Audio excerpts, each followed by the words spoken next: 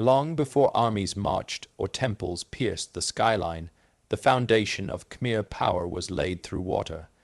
Mainland Southeast Asia is a land of extremes, shaped by monsoon rains that arrive with devastating force and dry seasons that can last for months. For early Khmer communities, survival depended on understanding these cycles. Instead of resisting nature, they learned to control it. Over generations, local rulers and engineers developed one of the most sophisticated hydraulic systems of the medieval world, transforming an unpredictable environment into a reliable source of wealth. Seasonal floods from the Tonle Sap and Mekong rivers were both a blessing and a threat. When managed correctly, they enriched the soil and allowed rice to flourish. When ignored, they destroyed crops and settlements. The Khmer solution was large-scale water storage and distribution. Massive reservoirs, known as barrages, were constructed to capture monsoon rains and release them gradually during the dry months. Canals connected these reservoirs to fields and urban centers, ensuring a steady supply of water year-round.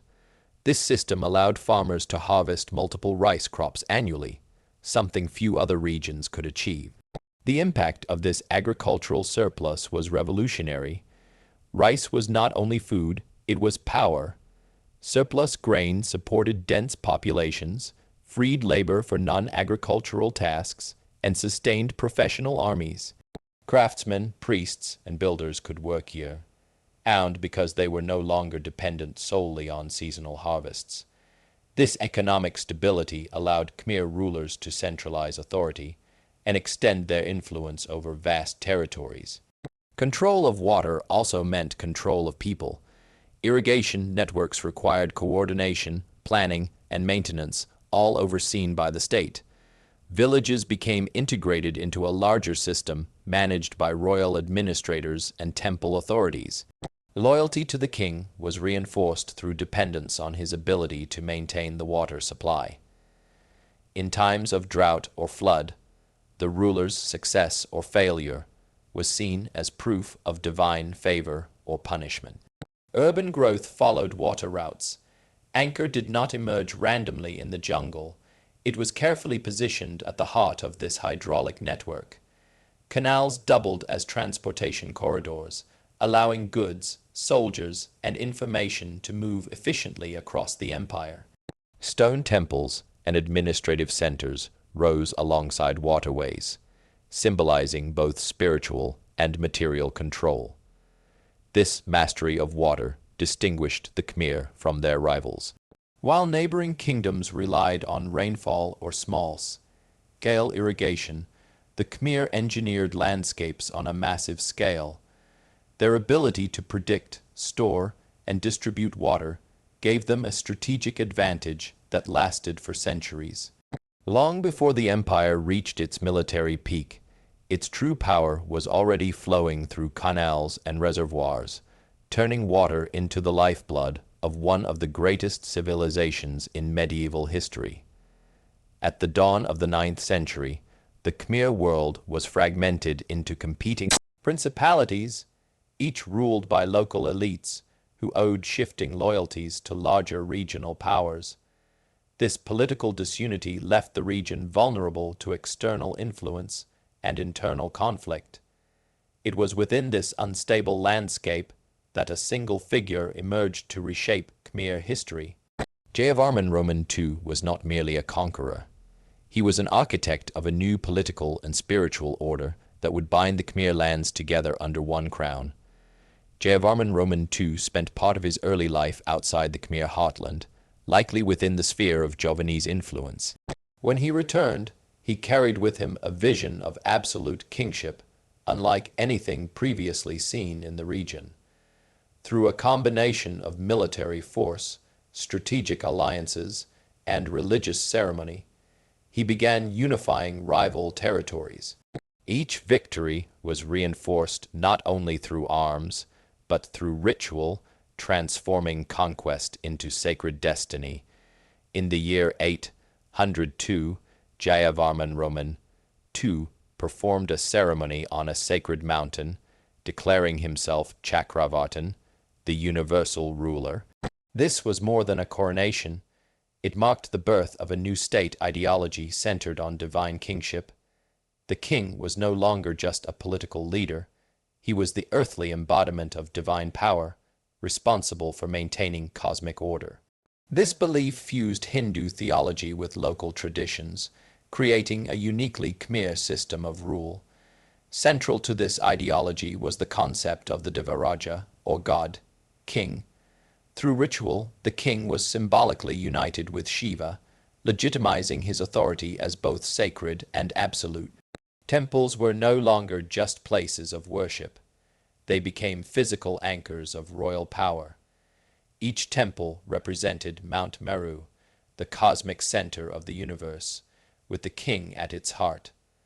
By controlling religious institutions, Jayavarman II ensured loyalty from priests and elites alike.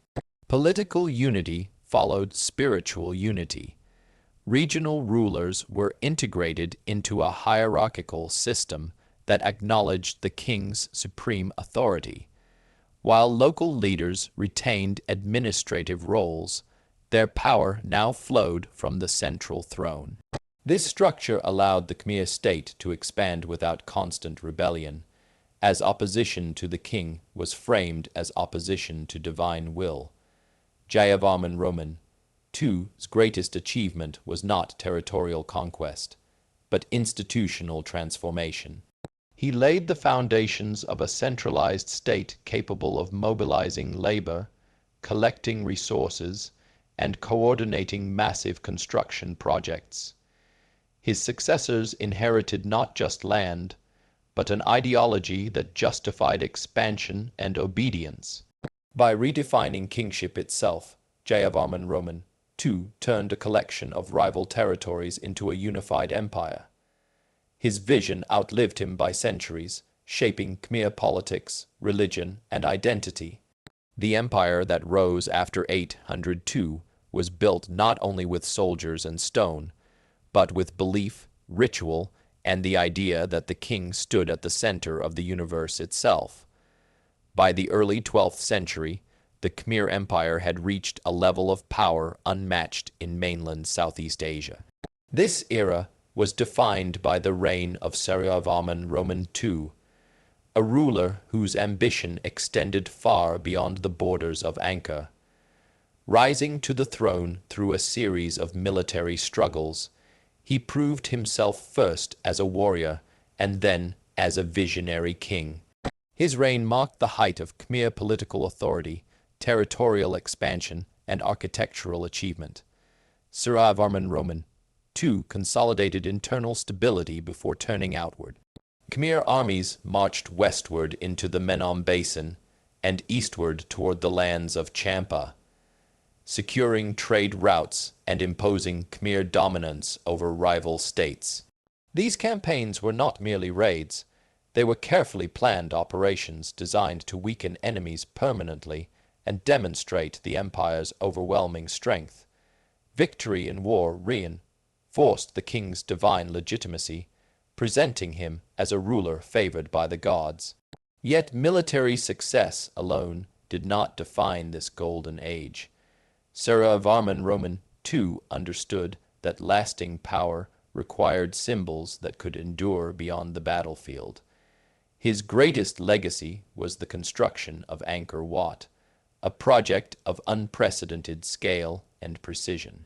Unlike earlier state temples dedicated primarily to Shiva, Angkor Wat was devoted to Vishnu, signaling a subtle but significant shift in royal ideology. This choice emphasized preservation, order, and cosmic balance, qualities the king sought to associate with his reign. Angkor Wat was designed as a three-dimensional map of the universe. Its concentric galleries, towering central spire, and vast surrounding moat represented Mount Meru and the cosmic ocean. Every proportion followed sacred measurements, aligning religious meaning with political authority. The temple's bas-reliefs told stories of divine battles, royal processions, and celestial order, placing Suryavarman II alongside gods and heroes.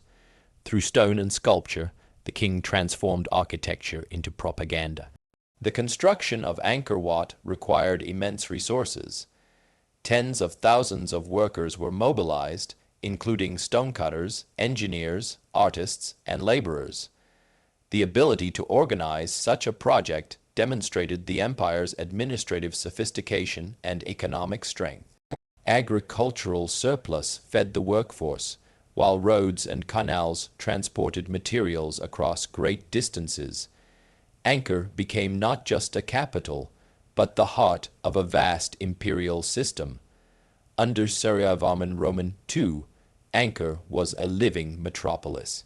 Markets thrived, temples multiplied, and foreign envoys recorded the city's grandeur. Chinese visitors described a place of immense wealth and order, where royal authority was absolute and ritual life dominated daily existence. The empire's influence reached its widest extent, shaping regional politics for generations. Although Suryavarman II did not live to see the final completion of Angkor Wat, his reign defined the apex of Khmer civilization. Military power, religious symbolism, and architectural mastery combined to create an empire that believed itself eternal.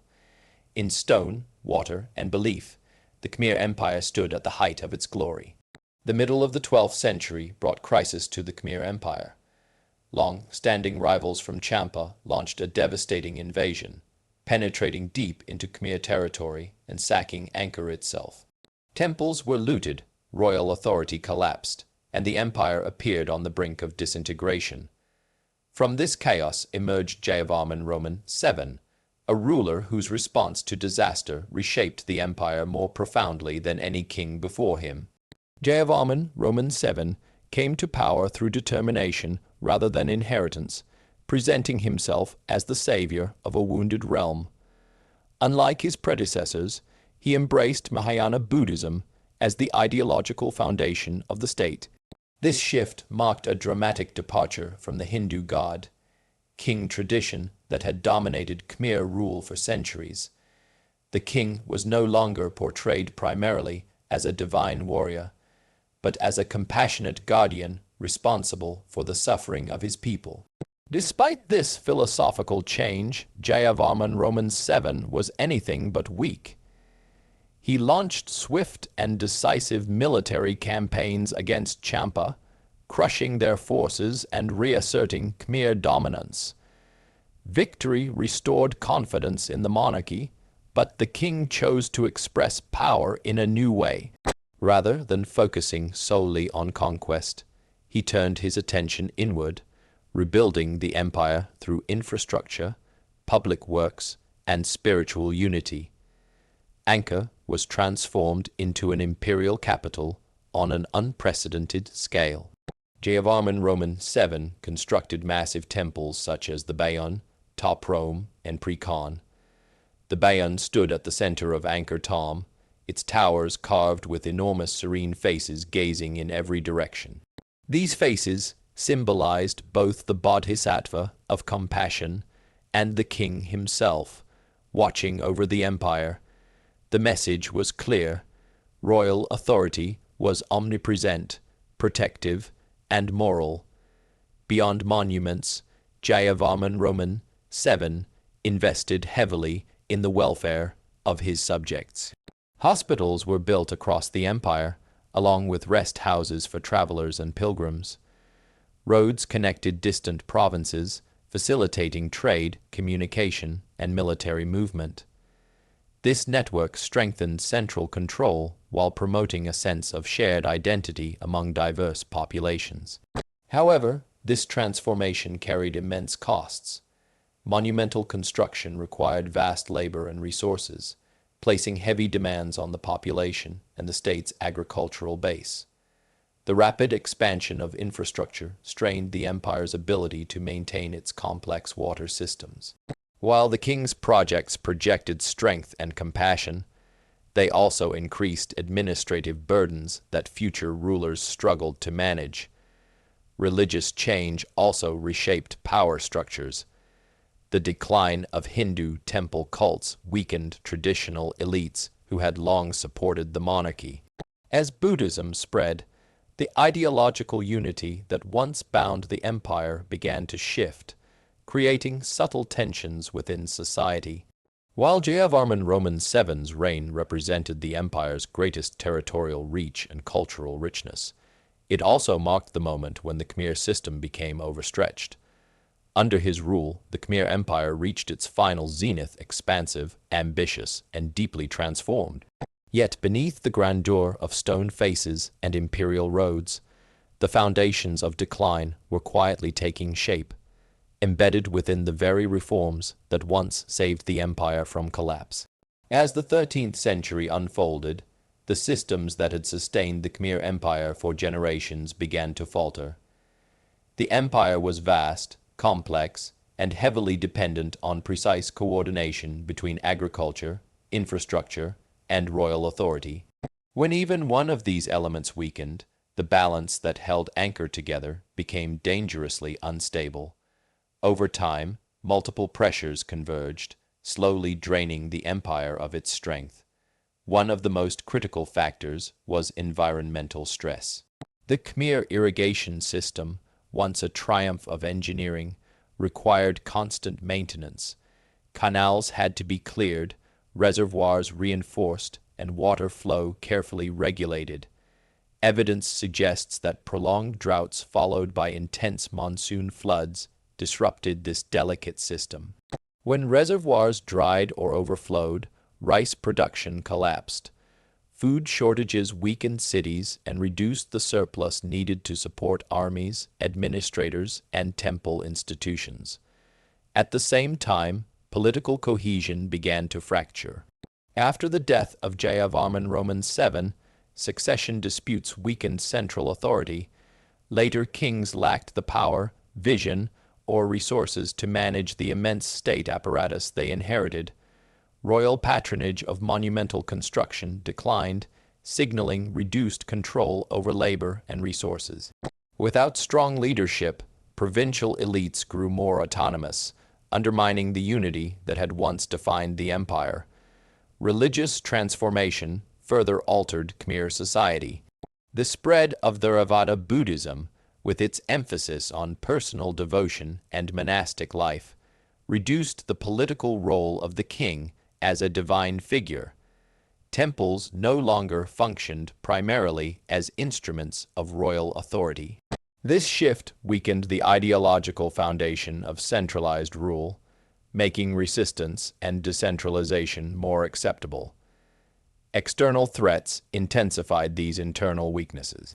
To the west, emerging Thai kingdoms such as Sukhothai and Ayutthaya adopted Khmer administrative and military practices, then adapted them to their own advantage.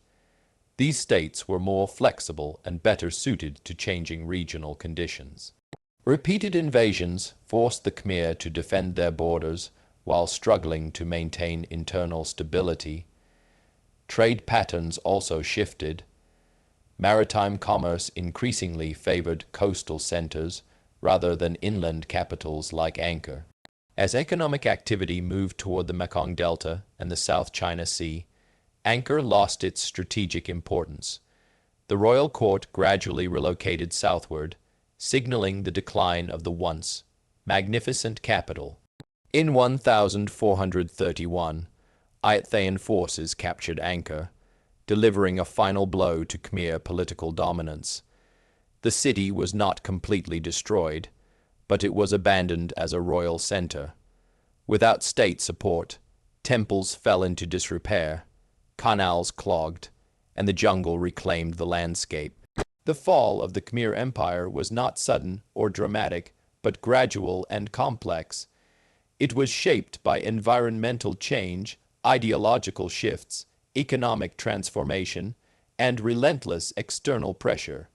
Angkor's silence today stands as a reminder that even the greatest civilizations can be undone by the slow erosion of the systems that once made them powerful. The Khmer Empire was not destroyed by a single enemy or a single moment in time.